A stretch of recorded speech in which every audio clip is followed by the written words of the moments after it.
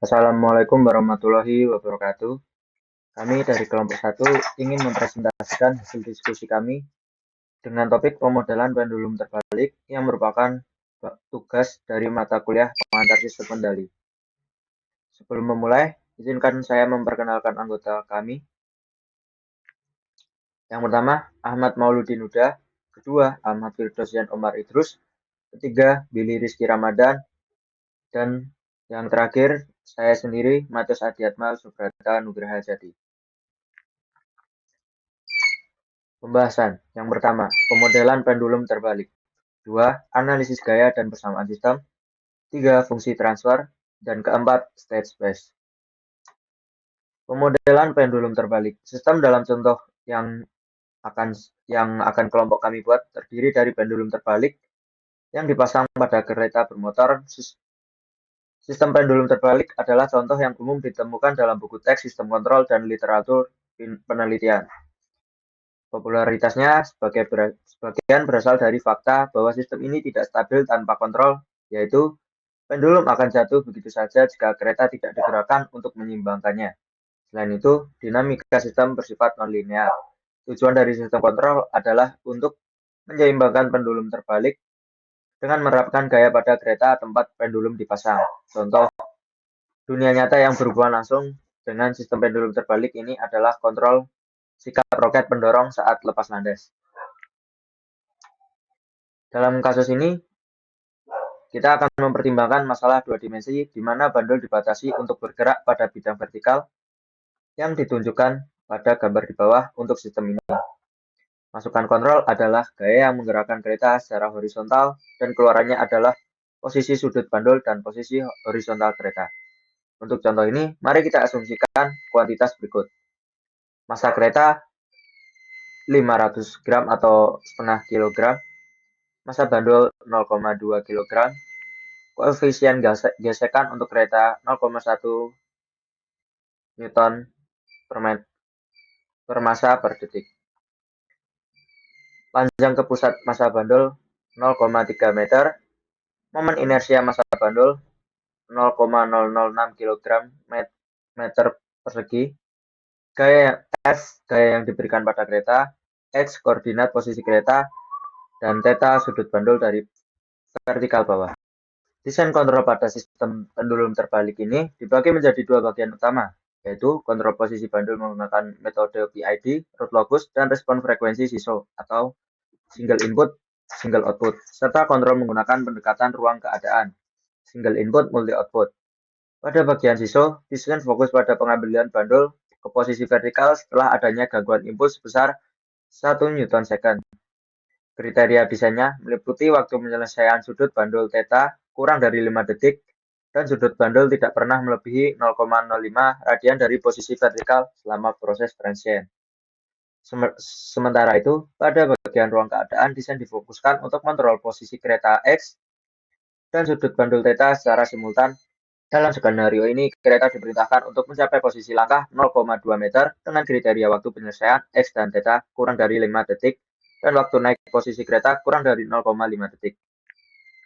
Selain itu, sudut bandul tidak boleh melebihi 20 derajat atau 0,35 radian dari posisi vertikal selama transient, dan kesalahan kondisi stabil untuk posisi kereta serta sudut bandul harus kurang dari 2%. Baik, di sini saya Ahmad Mauludin Huda akan menjelaskan mengenai analisis gaya dan persamaan sistem. Berikut adalah diagram benda bebas dari dua elemen sistem pendulum terbalik. Gambar tersebut menunjukkan sistem kereta pendulum yang terdiri dari sebuah kereta yang dapat bergerak secara horizontal pada sumbu X dan sebuah pendulum yang berayun di atasnya. Gaya eksternal F mendorong kereta, sementara gesekan Bx menghambat gerakannya. Pendulum memiliki sudut ayunan theta terhadap vertikal dengan gaya gravitasi M kali G bekerja ke bawah pada pusat massanya. Gaya reaksi antara pendulum dan kereta berupa komponen P pada arah horizontal dan vertikal, sedangkan gaya normal L berasal dari kontak pendulum dengan kereta. Kemudian dengan menjumlahkan gaya pada diagram benda bebas kereta di arah horizontal, dapat memperoleh persamaan gerak sebagai berikut. Ketika mx plus bx plus n sama dengan f, maka dapat kita perhatikan bahwa kita dapat menjumlahkan gaya ke arah vertikal untuk kereta, tetapi itu tidak akan membantu kita dalam memperoleh informasi apapun. Dengan menjumlahkan gaya-gaya pada diagram benda bebas bandul pada arah horizontal, dapat memperoleh persamaan gaya reaksi berikut untuk N. N sama dengan mx plus ml theta cos theta min ml theta kuadrat sin theta. Jika kita mengganti persamaan ini ke dalam persamaan yang pertama, maka kita akan memperoleh salah satu dari dua persamaan yang mengatur sistem ini. Persamaannya adalah m plus m, x plus bx, plus ml theta cos theta, min ml theta kuadrat sin theta sama dengan f. Untuk memperoleh persamaan gerak kedua untuk sistem ini, kita dapat menjumlahkan gaya-gaya yang tegak lurus terhadap bandul. Untuk memecahkan sistem sepanjang sumbu ini akan sangat menyederhanakan proses persamaan matematikanya. Kemudian akan diperoleh persamaan sebagai berikut. P sin theta plus N cos theta min MG sin theta sama dengan ML theta plus MX cos theta. Kemudian untuk menghilangkan istilah P dan N dalam persamaan di atas, kita dapat menjumlahkan momen terhadap titik berat bandul untuk memperoleh persamaan sebagai berikut. Min PL sin theta min NL cos theta sama dengan I theta. Kemudian persamaan tersebut dapat disederhanakan menjadi I theta plus MGL sin theta sama dengan min ML cos theta X. Karena teknik analisis dan desain kontrol yang akan kita gunakan dalam contoh berikut hanya berlaku untuk sistem linear, maka rangkaian persamaan ini perlu kita linearisasi. Secara khusus, kita akan melinearisasi persamaan tentang posisi equilibrium vertikal ke atas. Theta sama dengan pi, dan akan mengasumsikan bahwa sistem tetap berada dalam lingkungan kecil equilibrium ini. Asumsi ini harus cukup valid karena di bawah kontrol kita menginginkan agar bandul tidak menyimpang lebih dari 20 derajat dari posisi vertikal ke atas. Kita dapat membiarkan yaw memiliki deviasi posisi pendulum dari keseimbangan, yaitu theta sama dengan pi plus yaw. Dengan mengasumsikan deviasi kecil yaw dari keseimbangan, kita dapat menggunakan perkiraan sudut kecil berikut untuk fungsi nonlinear dalam persamaan sistem. Sehingga diperoleh persamaan menjadi cos theta sama dengan cos pi plus yaw sama dengan min 1, sin theta sama dengan sin pi plus yaw sama dengan min yaw, theta kuadrat sama dengan yaw kuadrat sama dengan 0. Kemudian setelah kita mensubstitusikan perkiraan di atas ke dalam persamaan pengatur nonlinear, kita sampai pada dua persamaan gerak yang sudah dilinearisasi dengan catatan U telah disubstitusikan untuk input F, sehingga kita dapat memperoleh persamaannya menjadi I plus ML kuadrat yaw min MGL yaw sama dengan MLX M plus MX plus BX min ML yaw sama dengan U. Baik, perkenalkan, nama saya Rizky Ramadan, dan pada presentasi kali ini saya akan mempresentasikan mengenai transfer function untuk pendulum terbalik. Nah, apa sih transfer function pendulum terbalik? Singkatnya, itu adalah representasi matematis hubungan antara input dan juga output sistem pendulum terbalik dalam domain Laplace. Nah, transfer function ini diperoleh dengan cara melinearisasikan persamaan diferensial gerak di sekitar posisi kesetimbangan dan juga menyatakan hubungan antara input atau gaya U dan juga output atau sudut deviasi atau posisi X. Nah, yang pertama itu kita analisis dulu untuk persamaan diferensial linear dari sistemnya.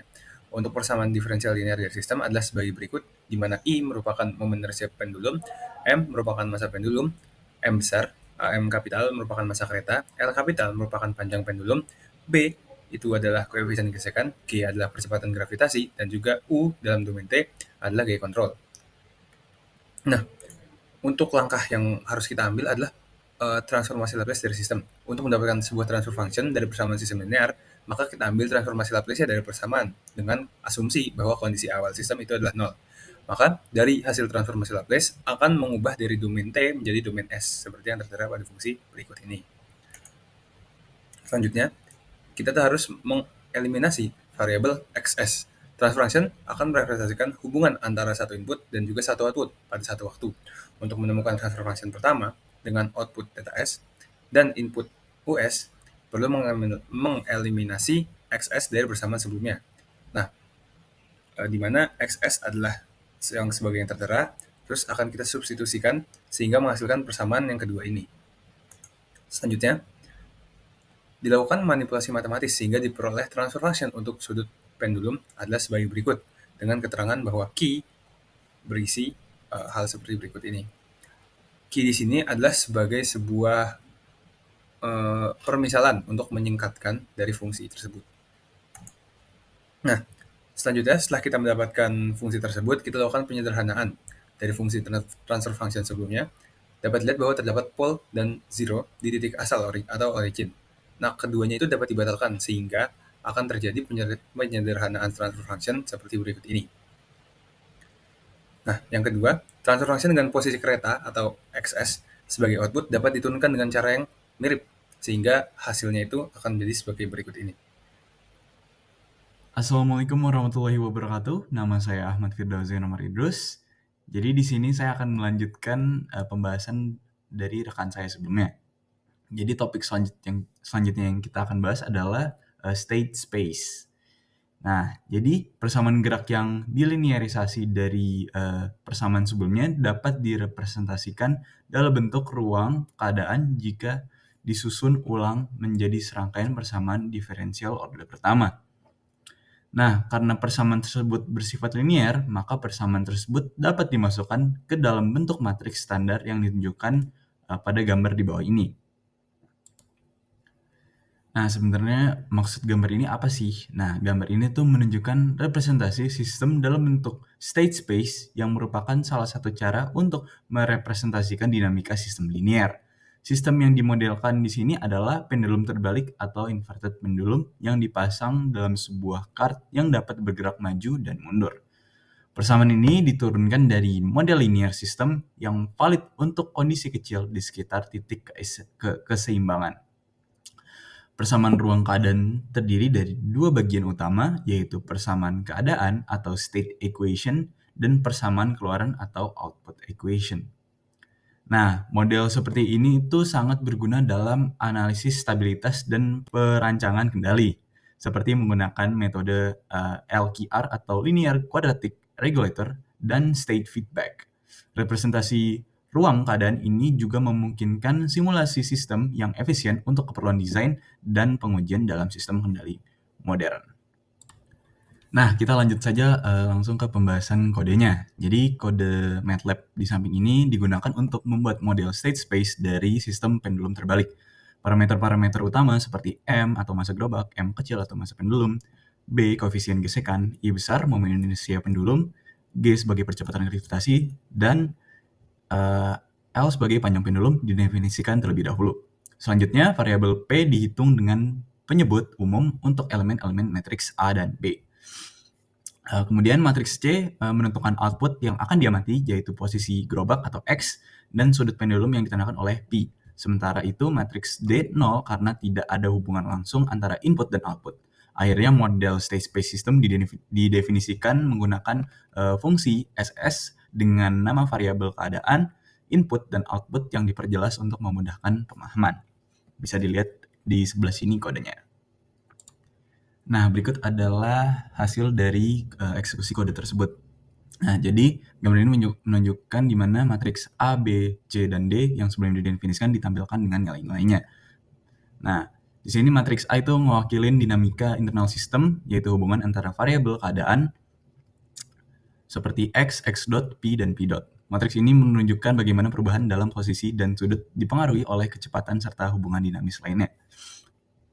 Kemudian ada matriks B. Matriks B itu menunjukkan bagaimana input U atau gaya yang diterapkan pada gerobak mempengaruhi variabel keadaan. Di sini nilainya ada B21 1,818, kemudian B41 4,545 yang memberikan kontribusi pada percepatan sudut pendulum. Kemudian ada matriks C di sini. Matriks C itu menghubungkan variabel keadaan dengan output sistem pada model ini. Output pertama yaitu Y1 adalah posisi gerobak X, dan output kedua merupakan Y2 adalah sudut pendulum atau P. Matriks C memisahkan dua variabel keadaan tersebut untuk pengamatan yang relevan. Kemudian matriks D bernilai 0 menunjukkan bahwa tidak ada hubungan langsung antara input U dan output X atau P tanpa melibatkan dinamika sistem terlebih dahulu. Kesimpulan dari gambar ini merupakan hasil dari peranan kode tersebut telah membentuk model state space dengan nilai-nilai matriks yang dihitung berdasarkan parameter sistem. Representasi ini tentunya sangat berguna untuk analisis stabilitas, simulasi, dan perancangan controller. Dengan matriks ini, kita dapat menguji respons sistem terhadap berbagai input, serta mengevaluasi apakah sistem dapat dikerjakan atau diamati sepenuhnya.